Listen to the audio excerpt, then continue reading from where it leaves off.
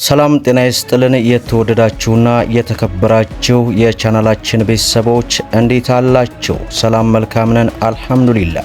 በያላችሁበት የዓለም ዳርቻ ጫፍ እስከ ጫፍ የአክብሮት ሰላምታችን በያላችሁበት ይድረስ እያልን ዛሬም መደመጥ ያለባቸውን ወሳኝ የሆኑ በተለይ የውጭ ምንዛሬ እጥረትን በሚመለከት በዛሬው ዕለት እጅግ አስደሳች የሆነ መረጃ ወጥቷል።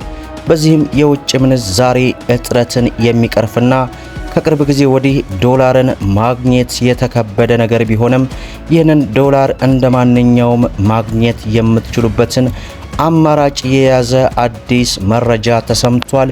ዝርዝሩን ታደምጡታላችሁ። በሌላ በኩል አስገዳጅ የሆነ ደንብና መመሪያ ይፋ ሆኗል። በዚህም የተነሳ የአዲስ አበባን መታወቂያ አስገዳጅ ጥያቄ ወይንም አስገዳጅ የሆነ መስፈርት መሆኑን ተመልክተናል። በሌላ በኩል በአሜሪካ ከባድ ውጥረት መኖሩ ተሰምቷል። እንዲሁም የመንግስት ዕዳ ጫናን በሚመለከት አዲስ መግለጫ መውጣቱን ሰምተናል። ቪዲዮን ላይክ እያደረጋችሁ እስከ መጨረሻው ድረስ እንድትከታተሉ እየጋበዝን በቀጥታ ወደ መረጃው አመራን። እንግዲህ በርከት ያሉ መረጃዎች ረፋዱን ወጥተዋል። በተለይ የውጭ ምንዛሬ እጥረትን የሚመለከተው መረጃ እጅግ ወሳኝ የሆነ መረጃ ነው። ከቅርብ ጊዜ ወዲህ ብሔራዊ ባንክ አዳዲስ መመሪያዎችን ወደ ተግባር ማስገባቱን ተከትሎ የውጭ ምንዛሬ እጥረትን ለመቅረፍ ሙሉ በሙሉ በሚባል ደረጃ የተለያዩ መመሪያዎችን አውጥቷል።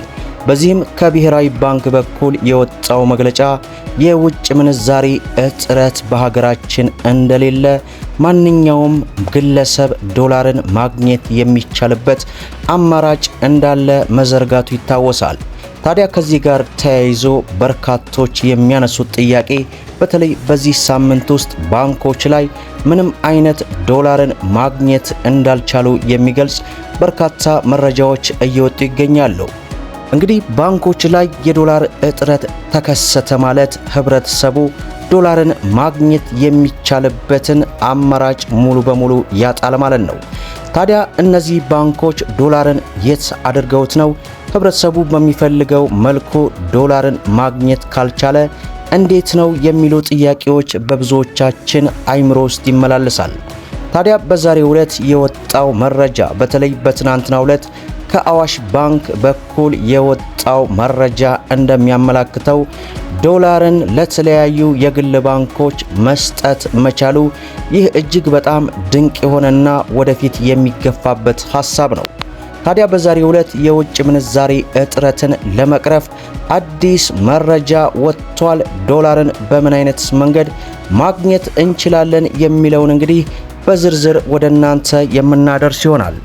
እንግዲህ የዓለም ባንክ IMF የገንዘብ ተቋም ፕሮግራም ስር ከነበሩ ሀገራት አንጻር በአበዳሪዎች የመክፈል አቋም የተሻለ ነው የሚል ግምት እንደተሰጣት አገራችን ኢትዮጵያና የውጭ ምንዛሬ እጥረትን ለመቅረፍ በየዕለቱ የምታደርገውን እንቅስቃሴ ከግምት ውስጥ ያስገባበት ሁኔታ ነው። በዛሬው ዕለት እንግዲህ የአቢሲኒያ ባንክ የውጭ ምንዛሬ እጥረትን ለመፍታትና የገቢ ንግድን ለመደገፍ በበጀት ዓመቱ 349 ሚሊዮን 943588 የአሜሪካ ዶላር ብድር ማቅረቡን ነው በዛሬው ዕለት ያስታወቀው። እንግዲህ ባንኩ ለደንበኞቹ ካቀረበው የምንዛሬ ድልድል ውስጥ በሶስተኛው ሩብ ዓመት 1000 በላይ ደንበኞች ወደ ሀገር ውስጥ የገበያ ዕቃዎችን እንዲያስገቡ 189 ሚሊዮን 82861 ዶላር እንዲያገኙ ማድረጉን ነው በዛሬው ዕለት የገለጸው። ይህም የደንበኞችን ፍላጎት ለማሟላት እያደረገ ያለውን ከፍተኛ ጥረት እንደሚያሳይ የተገለጸ ሲሆን በተለይ በቀጣይ የውጭ ምንዛሬ ሀብትን በአግባቡ በማስተዳደርና ከሀገራዊ የኢኮኖሚ ፖሊሲ ጋር በማጣጣም የደንበኞቹን ፍላጎት ለማሙላት እንደሚሰራና ማንኛውም ግለሰብ ዶላርን ማግኘት እንደሚችል ነው እንግዲህ ከባንኩ መረጃ የሚያመለክተው። በውጭ ምንዛሬ ድልድል ረገድ በኃላፊነት በመስራት ለተረጋጋ ሀገራዊ የኢኮኖሚ እድገት እያበረከተ ያለውን አስተዋጽኦ አጠናክሮ እንደሚቀጥል ነው በዛሬው ዕለት የጠቆመው። ይህ ደግሞ እጅግ በጣም አስደሳች የሆነ ጅማሮ ነው። በሌላው መረጃችን ደግሞ የአዲስ አበባን መታወቂያ የሚጠይቅ አስገዳጅ መመሪያ መውጣቱ ብዙዎችን አስገርመዋል።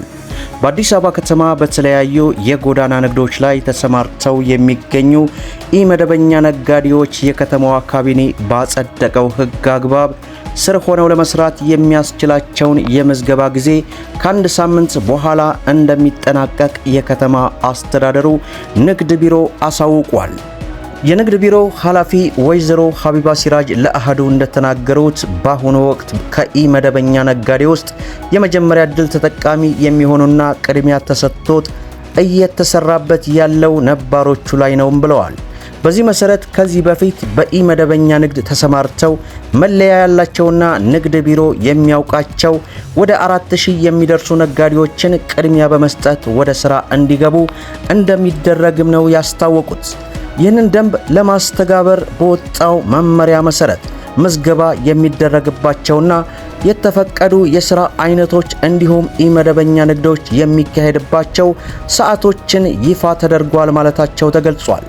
ደንቡ ማንኛውም ግለሰብ በመዲናችን አዲስ አበባ መደበኛ ባልሆነ ንግድ ላይ መሰማራት የሚችለው የአዲስ አበባ ከተማ መታወቂያ ካለውና የከተማዋ ነዋሪ ከሆነ ብቻ መሆኑን አስገዳጅ መስፈርት ያስቀመጠ ሲሆን ኢመደበኛ ሆኖ የሚመዘገብ ነጋዴ የሚሰጠው ቦታ ላይ መስራት የሚችለው 2 ዓመት ብቻ መሆኑን ከአሃዱ ያገኘነው መረጃ ያመለክታል። በሌላው መረጃችን በአሜሪካ ከፍተኛ ነውጥ መነሳቱ ተሰምቷል። ፕሬዝዳንት ዶናልድ ትራምፕ ወደ ስልጣን ከመጡ ወዲህ ትልቅ ነው የተባለ የተቃውሞ ሰልፍ በአሜሪካ በዛሬው ዕለት መደረጉ ተሰምቷል። ፕሬዝዳንት ዶናልድ ትራምፕ በጥር ወር መንበር ስልጣንን ከተረከቡ ወዲህ ትልቅ ነው የተባለ የተቃውሞ ሰልፍ በዩናይትድ ስቴትስ በሚገኙ ዋና ከተሞች ላይ ተካሂዷል።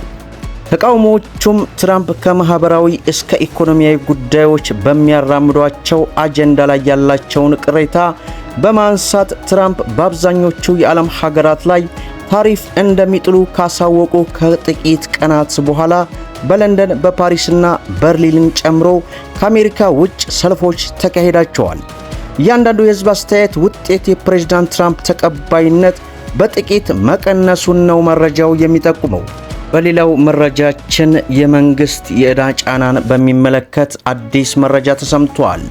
የኢትዮጵያ ንግድ ባንክ የ8 ወራት የሥራ አፈጻጸሙን በተመለከተ ለሕዝብ ተወካዮች ምክር ቤት የመንግስት ልማት ድርጅቶች ቋሚ ኮሚቴ ባቀረበው ሪፖርት በአጠቃላይ ካለው የብድር ክምችት 1 ትሪሊየን ብር ዕዳ የመንግስት መሆኑን አሳውቋል። የባንኩን የሥራ አፈጻጸም ሪፖርት ያቀረቡት የባንኩ ፕሬዝዳንት አቶ አቤሲኖ እንደገለጹት የባንኩ የብድር ክምችት 1.393 ትሪሊየን ብር መድረሱንና ከዚህ መጠን ውጭ 74.4 በመቶ ወይንም 1 ትሪሊየን ብር የመንግስት ዕዳ መሆኑን ገልጸዋል። የባንኩ አጠቃላይ የብድርና ቦንድ ክምችት መጠን ከ1.3 ትሪሊየን ብር በላይ የተሻገረ ሲሆን ከዚህም በላይ የግል ተበዳሪዎች ድርሻ ከ300 ቢሊዮን ብር በላይ መሆኑንም ተጠቅሷል።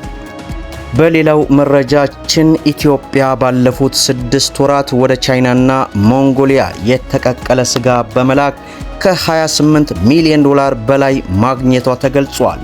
ኢትዮጵያ ባለፉት 6 ወራት ውስጥ ወደ ቻይናና ሞንጎሊያ ጥራቱን የጠበቀ የተረጋገጠ የተቀቀለ ስጋ በመላክ በርካታ ሚሊዮን ዶላሮችን ማስገባት ችላለች። ከዚህ በፊት ኢትዮጵያ የምትልከው ወደ አረብ ሀገር ብቻ ነው። ወደ ቻይና መላክ የተጀመረው በዚህ ዓመት ነው። ትልቅ ስኬት ነው ብለን የምንለው የስጋ ምርታችን ወደ ቻይና እንዲገባ መደረግ መቻሉ ነው ሲሉ አምባሳደር ድሪባ በዛሬው ዕለት ተናግረዋል። መደመጥ ያለባቸው ወሳኝ የሆኑ መረጃዎችን ይመስላሉ። ቪዲዮን ላይክ ሼር አድርጉት እያልኩ እስከ ፍጻሜው ድረስ አብራችሁን ስለቆያችሁ ልባዊ ምስጋናችን እየሰጠን በሌላ ቪዲዮ እስከምንገናኝ ወሰላሙ አለይኩም ወራህመቱላህ